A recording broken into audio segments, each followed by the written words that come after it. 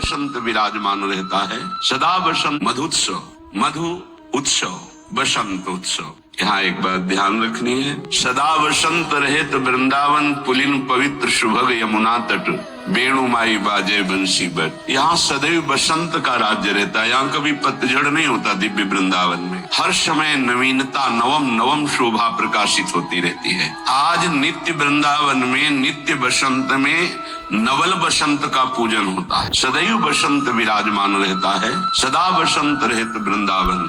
पर आज नवीन बसंत पंचमी में नवीन बसंत उत्सव मनाया जा रहा है। नित्य बसंत में परस्पर बड़े समुत्सुक है, उत्साहित है हमारे प्रिया प्रीतम नवल किशोरी, नवल किशोर जो ऐसा त्रिभुवन मोहन रूप है और ऐसे उत्साहित हैं, बड़ा अनिर्वचनीय शोभा का विस्तार हो रहा है। ऐसे श्री श्यामा श्याम हमारे मन को चिरकाल तक अपनी शोभा से उन्मत्त कर रहे। ये शोभा बासंती कुंज है। माधवी लता भवन में बासंती सिंहासन पर ऐसे युगल सरकार विराजमान है जो बड़े उत्साहित है बसंत पूजन के लिए। हित सजनी जो कह रहे हैं, यही उत्साह भरा युगल का स्वरूप हमारे मन को उन्माद पैदा करता है, प्रेमोन्माद। अर्थात इसी में हम डूबे रहे कि बड़े बड़ी ब्रह्मनिष्ठा में जो इस बात को मानने के लिए तैयार ही नहीं थे कि श्री कृष्ण ब्रह्म की प्रतिष्ठा है। जब ये अपने रूप को प्रकाशित किया तो बोल पड़े, जिसके अधरों में बंसी विराजमान है, ऐसे बंसी वाले से बढ़कर कोई ब्रह्म तत्व है मैं नहीं जानता। कृष्णात् परम किमपि तत्व माम न जान। ऐसे लाल जो अवतार लीला में जब अपने स्वरूप सौंदर्य से बड़े बड़े मुनियों को, सुखदेव आदि परम हंसों को मोहित कर लिया, ये जो बिहारी बिहारिणी रूप निकुंज में है, ये जब प्रिया प्रीतम में लग जाए तो बसंत पंचमी हो जाए। हमारा शब्द स्पर्श रूप रसगंध केवल प्रियाजू से ही, प्रियालाल के ही शब्द, प्रियालाल का ही रूप, प्रियालाल के ही चरणारविंद की सेवा रस, प्रियालाल के ही श्री चरणों में चढ़ी हुई गंध, प्रियालाल के सिवा कुछ। अगर हमारी ये पांचों ज्ञानेंद्रियां प्रियालाल में लग जाएं, शब्द स्पर्श रूप रसगंध, तो स्पर्श करने का सौभाग्य प्राप्त हो जाएगा। स्वामिनी जी के लाल जी के श्री अंगों का स्पर्श। सच्ची मानिए, ऐसा नहीं है कि वो आए और दूर से दर्शन दिए और चले गए। हमारे प्रभु ऐसे नहीं। जिस समय भाव का प्रादुर्भाव होगा तो आप देखोगे प्रतिपल अपने आप को उनके संग देखोगे। संपूर्ण सेवा का अधिकार प्राप्त होता है भाव प्राप्त महापुरुषों को। भाव कोई दुर्लभ वस्तु नहीं है।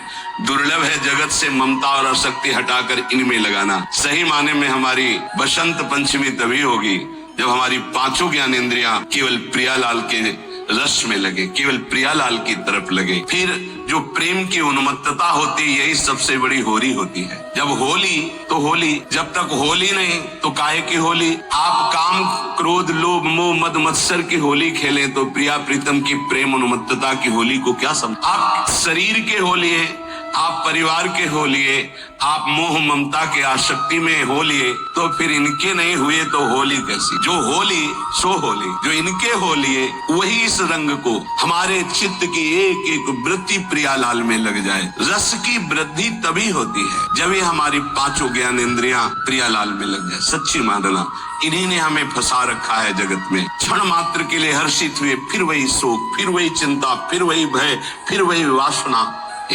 निकलने का अवसर है, निकल चलो। ऐसा बसंत हृदय में बैठा लो कि बसंत बस जाए प्रिया प्रीतम और अंत हो जाए वासनाओं का। हमारे हृदय में प्रेम की उन्मत्तता छा जाए।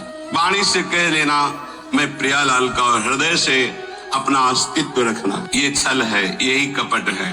भगवान को ये पसंद नहीं। मोहि कपट छल छिद्र, मैं आपका, बस हृदय से आपका, वाणी से आपका और चेष्टा से आपका। भगवान को कपट पसंद नहीं। हम बड़े कपटी हैं। वाणी से कहते हैं मैं आपका हूं, लेकिन हृदय से नहीं कहते। हृदय से हम अपनी इंद्रिय और मन को अपना मानकर, उनकी भोग विलासता में शरीर संबंधियों को अपना मानकर इतना भी राग नहीं रहता, न प्रिया प्रीतम में न गुरु चरणों में। राग है, ममता है, आसक्ति है, अपनापन है तो शरीर में है, अपने भोगों में है, अपने मन की बात में है, वासना में। इसीलिए प्रिया प्रीतम दुर्लभ लगते हैं, प्रिया प्रीतम पराये लगते हैं। श्यामा श्याम का रंग हमारे हृदय में है, वो प्रकाशित नहीं हो रहा। कारण बस यही, सबके हृदय है वही प्रेम के अंश। सब प्रेम चाहते हैं, पर वो प्रेम हमने देह में दे दिया, देह संबंधियों में दे दिया, देह संबंध भोगों में दे दिया। इसलिए जहां आनंद वर्धन होना चाहिए, आनंद बढ़ना चाहिए, वहां शोक, चिंता, भय, मृत्यु